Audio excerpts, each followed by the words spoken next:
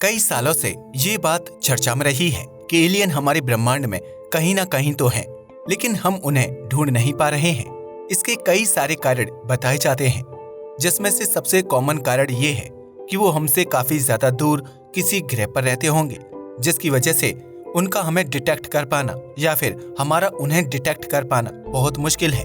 इसका एक और कारण ये बताया जाता है कि एलियंस के स्पेसशिप के चलने की रफ्तार काफी ज्यादा तेज होगी। साइंस के काफी सारे एक्सपेरिमेंट्स में यह प्रूव किया जा चुका है कि जब कोई चीज बहुत तेज रफ्तार से चलती है तो उसे हमारी आंखों द्वारा डिटेक्ट करना काफी ज्यादा मुश्किल हो जाता है। खैर, एलियंस के न मिलने के ऐसे काफी सारे कारण हैं। आज हम आपको ये नहीं बताने वाले कि एलियन हमें क्यों नहीं मिल रहे हैं, बल्कि ये बताने वाले हैं कि हम एलियन से भी ज्यादा पावरफुल कैसे बन सकते हैं। आज हम बात करेंगे टाइप 7 सिविलाइजेशन की, जो हमारे ब्रह्मांड की सबसे ज्यादा टेक्नोलॉजिकल एडवांस्ड सिविलाइजेशन होती है। आइए शुरू करते हैं आज के इस वीडियो को। शुरुआत करते हैं इस बात से कि कैसे हम ये पता लगाते हैं कि कौन सी सिविलाइजेशन एडवांस्ड है और कौन सी बेसिक। वैज्ञानिक इस चीज का पता कार्डाशेव स्केल नाम की एक मैट्रिक से लगाते हैं, जिसे रशिया के एक साइंटिस्ट ने 1964 में इन्वेंट किया था। उस वैज्ञानिक का नाम था निकोलाई कार्डाशेव। इस स्केल से हम ये पता लगा सकते हैं कि हम कितने एडवांस्ड हैं और ब्रह्मांड में मौजूद और सारी सिविलाइजेशन कितना एडवांस हो सकती हैं। यह दरअसल एक एनर्जी का स्केल है, यानी यहाँ पर हम एनर्जी को एक यूनिट मानते हुए सिविलाइजेशन की एडवांसमेंट का पता लगाते हैं। जो सिविलाइजेशन जितनी ज्यादा एनर्जी कंज्यूम्ड और प्रोड्यूस करती है, वह उतनी ही ज्यादा एडवांस होती जाती है। इसे हम ह्यूमन यूज या ह्यूमन एनर्जी कंजम्पशन से भी बहुत आसानी से समझ सकते हैं। सन 1800 से 2015 के बीच इंसानों की जनसंख्या 7 गुना बढ़ी।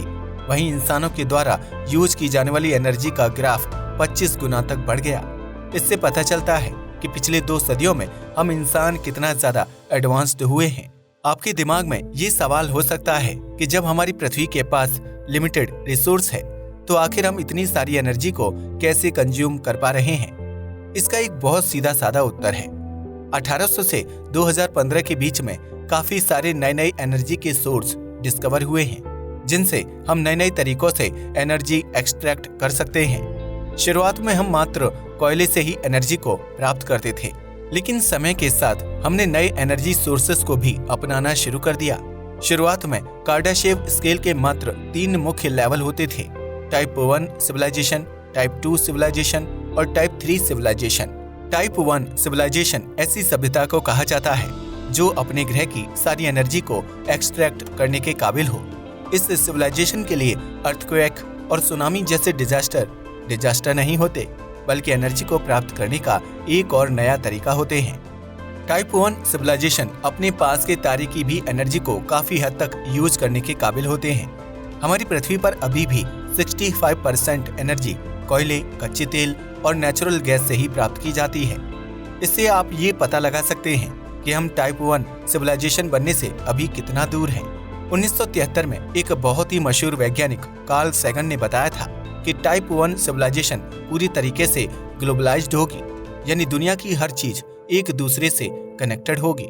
ग्रह के बारे में जितनी भी जानकारी है, वह टाइप 1 सिविलाइजेशन बहुत पहले ही हासिल कर चुके होंगे। ऐसी सिविलाइजेशन में कोई भी गवर्नमेंट नहीं होगी और वे अपने आप से ही अपने आप को ऑपरेट कर रहे होंगे। अगर ऐसी कोई सिविलाइजेशन हमें हमारी गैलेक्सी में मिलती है, तो इंसानों द्वारा लॉन्च किए गए पावरफुल टेलीस्कोप उन्हें तुरंत ही डिटेक्ट कर लेंगे।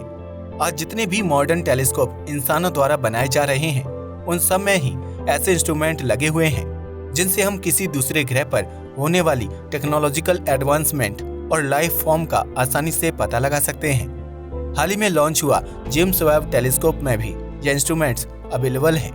अगर हमें ऐसी कोई सिविलाइजेशन अपनी आकाशगंगा में मिलती है, तो यह कहना बहुत मुश्किल होगा कि वह शांत स्वभाव के हैं या नहीं। अगर वह शांत स्वभाव के नहीं हुए और हमसे टेक्नोलॉजिकली ज्यादा एडवांस्ड हुए, तो सीधी सी बात है कि वो हम पर कब्जा करने की कोशिश करेंगे, और ऐसा हम इंसानों के लिए बिल्कुल भी ठीक नहीं होगा। कार्डाशेव स्केल की टाइप 2 सिविलाइजेशन एक ऐसी सिविलाइजेशन होगी जहां पर पॉलिटिक्स नाम की कोई चीज ही नहीं होगी। ऐसी सिविलाइजेशन में सब लोग ही अलग अलग तरीके से टेक्नोलॉजिकल एडवांसमेंट के लिए काम कर रहे होंगे। यह लोग अपने आधे से भी ज्यादा काम आर्टिफिशियल इंटेलिजेंस और रोबोट के जरिए कर रहे होंगे। जिस तरह से टाइप 1 सिविलाइजेशन अपने ग्रह पर पूरी तरीके से कब्जा जमा चुके थे, वैसे ही टाइप 2 सिविलाइजेशन अपने तारे पर पूरी तरीके से कब्जा कर चुके होंगे। तारे से निकलने वाली ऑलमोस्ट 90% ऊर्जा ये अपने निजी कामों के लिए इस्तेमाल कर रहे होंगे। ऐसा करने के लिए उन्हें एक मेगा स्ट्रक्चर की जरूरत पड़ेगी, जिसे एक हाइपोथेटिकल स्ट्रक्चर माना जाता है, जो भविष्य में इंसानों द्वारा शायद कंस्ट्रक्ट किया जाए। इसे डायसन स्फीयर कहा जाता है। यह एक शेल जैसा स्ट्रक्चर होगा जो तारे के हर एक सेंटीमीटर को कवर कर लेगा और उससे निकलने वाली हीट और लाइट को अपने अंदर स्टोर करके ग्रह पर भेज देगा। बाद में इस ऊर्जा को अलग अलग तरीकों से कन्वर्ट करके इस्तेमाल किया जाएगा। अगर हम कभी भी टाइप 2 सिविलाइजेशन बन जाते हैं तो हमारे पास इतनी ज्यादा पावर होगी कि किसी भी बड़े एस्टेरॉइड को हम अपनी ग्रह से टकराने से पहले ही कंप्लीटली गायब कर देंगे। टाइप 2 सिविलाइजेशन को भी हम इंसानों के लिए डिटेक्ट करना काफी ज्यादा आसान होगा। अगर किसी भी तारे की लाइट में इनकंसिस्टेंसी दिखाई देती है तो इससे हमें पता चल जाएगा कि उसके आसपास कोई स्ट्रक्चर मौजूद है।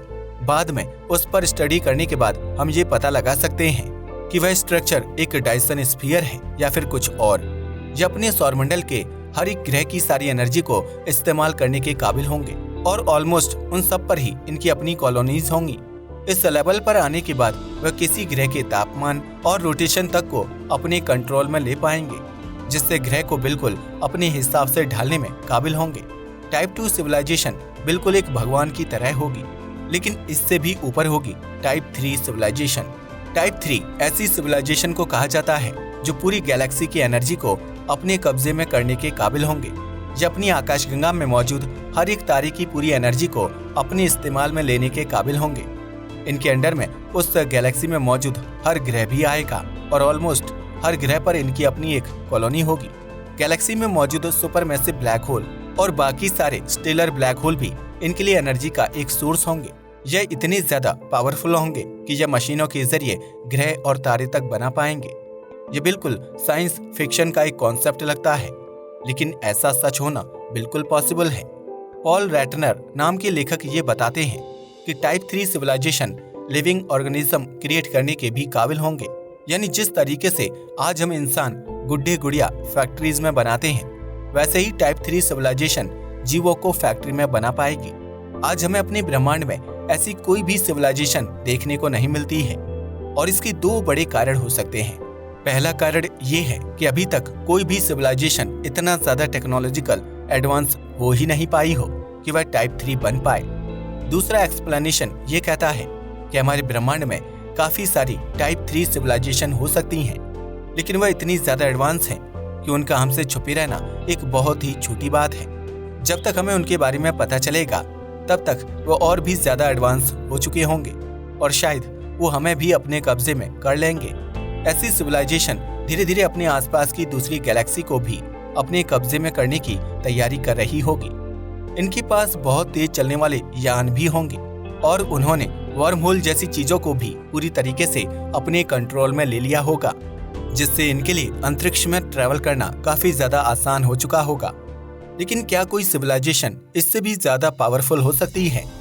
शुरुआत में निकोलाई कार्डाशेव ने मात्र 3 लेवल ही दिए थे, लेकिन बाद में काफी सारे दूसरे वैज्ञानिकों और साइंस फिक्शन राइटर्स ने कई सारे और भी लेवल्स क्रिएट किए हैं जो बहुत ही ज्यादा भयानक हैं। टाइप 3 सिविलाइजेशन के बाद आती है टाइप 4 सिविलाइजेशन, जो सिर्फ अपनी ही आकाशगंगा पर नहीं बल्कि ब्रह्मांड की सारी आकाशगंगा पर कब्जा करने के काबिल होगी। इनके पास एनर्जी की कोई भी कमी नहीं होगी और यह बिल्कुल भगवान जैसे होंगे। इनके लिए किसी ग्रह या फिर किसी आकाशगंगा को बनाना बाएं हाथ का खेल होगा। वैज्ञानिक ऐसा बताते हैं कि इस समय तक हम इंसान नहीं रहेंगे, बल्कि हम साइबोर्ग्स बन चुके होंगे। ये ऐसे क्रिएचर होते हैं जो होते तो इंसान ही हैं, लेकिन उनके अंदर काफी सारी रोबोट वाली एबिलिटीज आ जाती है। यह क्रिएचर्स अपने अंदर टेक्नोलॉजिकल इंस्ट्रूमेंट लगा लेते हैं, जिससे इनकी पावर एंड स्किल बढ़ जाती है। यह सिविलाइजेशन इतनी ज्यादा एडवांस होगी कि यह भौतिकी के नियमों को तो कंट्रोल कर ही पाएंगे, साथ ही में नए नियम भी बना पाएंगे। स्पेस और टाइम इनके लिए बच्चों का खेल होगा और टाइम ट्रेवल करना इनके कंट्रोल में रहेगा। यह सिविलाइजेशन ब्रह्मांड में मौजूद हर टाइप 1, टाइप 2 और टाइप 3 सिविलाइजेशन को अपने कब्जे में लेकर उन्हें भी अपने साथ ही शामिल कर लेंगे। अगर आप इतने में ही चौंक गए हैं तो आइए जानते हैं टाइप 5 सिविलाइजेशन के बारे में। यह मात्र 4 डायमेंशन से नहीं बल्कि ब्रह्मांड की हर एक डायमेंशन से एनर्जी निकालने के काबिल होंगे। ये इतनी ज्यादा पावरफुल होंगे कि समय भी इनके कंट्रोल में रहेगा और यह जब चाहें तब ब्रह्मांड के समय को भी रोक पाएंगे। हमारे ब्रह्मांड के बाहर जितने भी और ब्रह्मांड मौजूद हैं वह सभी इनके कब्जे में होंगे और उन सब से निकलने वाली सारी एनर्जी इनके ही इस्तेमाल में आ रही होगी। इनके लिए ग्रह और तारे बिल्कुल बच्चों की गेंद के बराबर होंगे जिन्हें यह जब चाहें तब बना और बिगाड़ पाएंगे। इसके बाद आती है टाइप 6 सिविलाइजेशन, जो प्रकाश की गति से भी तेज चलने के काबिल होंगे। इनके पास ऐसी पावर होगी जिसकी मदद से वह समय में पीछे जाकर ब्रह्मांड की फॉर्मेशन को भी चेंज करने के काबिल होंगे। यह जब चाहें तब नए तरीके के समय और स्पेस को बना पाएंगे और जब चाहें तब ब्रह्मांड को भी पूरी तरीके से डिस्ट्रॉय कर पाएंगे।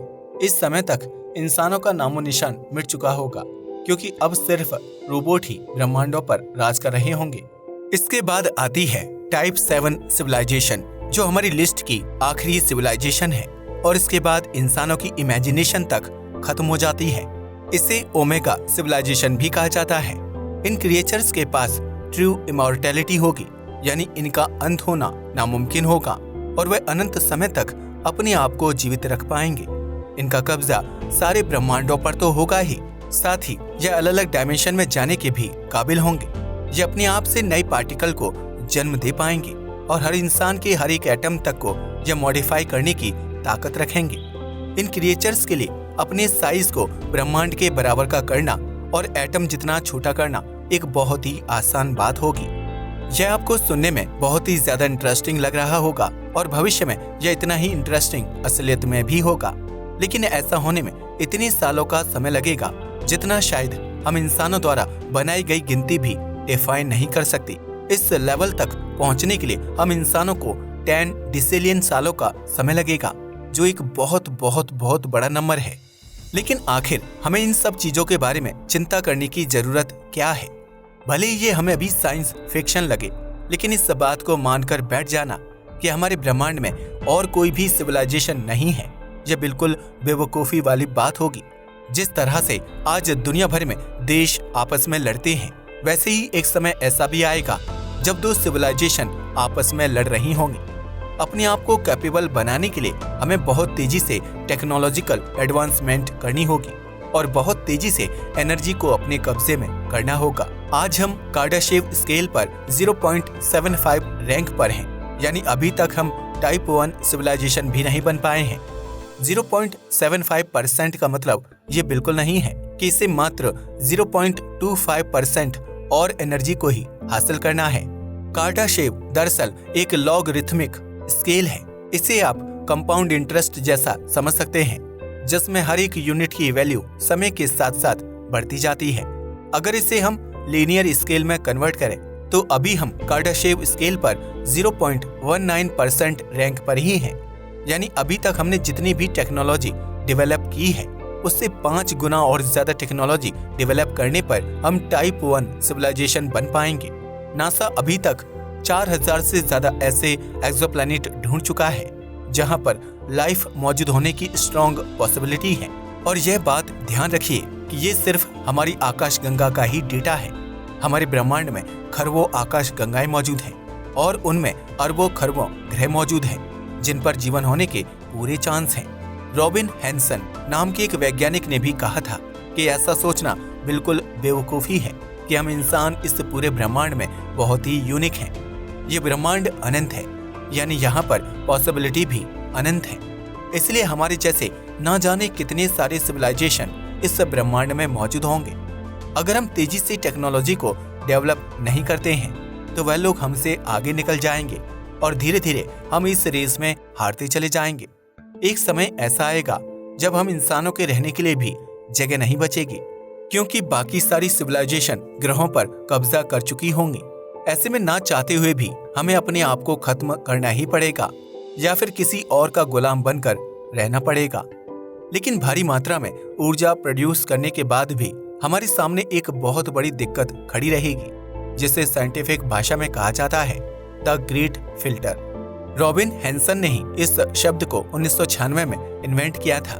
उनके मुताबिक जितनी तेजी से कोई सिविलाइजेशन एनर्जी के कंजम्पशन को बढ़ाती है, उतनी ही ज्यादा दिक्कतें उसके सामने खड़ी होने लगती हैं। इसका एक बहुत अच्छा एग्जाम्पल आप हमारी पृथ्वी पर भी देख सकते हैं। जब इंसान पृथ्वी पर नहीं थे, तब यहाँ पर साफ पानी और चारों तरफ हरियाली रहा करती थी। जैसे जैसे हम इंसान आगे बढ़ते गए, वैसे वैसे ही हमने काफी सारे जानवरों और पेड़ पौधों का खात्मा कर दिया। आज हम टेक्नोलॉजी में तो काफी ज्यादा आगे हैं, लेकिन हमने अपने लिए काफी सारी दिक्कतें भी खड़ी कर ली हैं। इनमें से सबसे बड़ी दिक्कत है पॉल्यूशन की। एयर, वाटर, लैंड, यहाँ तक कि हम इंसानों ने स्पेस पॉल्यूशन तक करना शुरू कर दिया है। धीरे धीरे यह पॉल्यूशन हमारी ही जान लेता रहेगा, और अगर इसे सही तरीके से कंट्रोल नहीं किया गया तो इसकी वजह से ही हम इंसान खत्म हो जाएंगे। मिचियो काकू नाम के एक फेमस वैज्ञानिक के मुताबिक अगले 100 सालों में ये पता चल जाएगा कि हम इंसान टेक्नोलॉजिकली आगे बढ़ भी पाएंगे या नहीं। अगर इन 100 सालों में सब कुछ सही जाता है तो हम बहुत जल्द ही टाइप 1 सिविलाइजेशन बन जाएंगे, और फिर आगे का रास्ता हमारे लिए काफी आसान होगा। लेकिन अगर इन 100 सालों में ज्यादा पॉल्यूशन या फिर वर्ल्ड वॉर होती है तो हम इंसान टेक्नोलॉजी में तो पीछे चले ही जाएंगे, साथ ही में हमारे खत्म होने के भी चांस काफी ज्यादा बढ़ चुके होंगे। वो बताते हैं कि हमें टाइप 1 सिविलाइजेशन बनने के लिए ज्यादा एनर्जी नहीं, बल्कि ज्यादा से ज्यादा सस्टेनेबल एनर्जी की जरूरत है। सस्टेनेबल एनर्जी यानी एनर्जी को इस तरह से प्राप्त करना कि पर्यावरण पर कोई भी बुरा असर ना हो। हमें इन सब की शुरुआत हर जगह सोलर पैनल इंस्टॉल करने से स्टार्ट करनी चाहिए, और उसके बाद पृथ्वी के सारे नेचुरल एजेंट्स यानी हवा, पानी और गर्मी को अच्छे से इस्तेमाल करना सीखना चाहिए।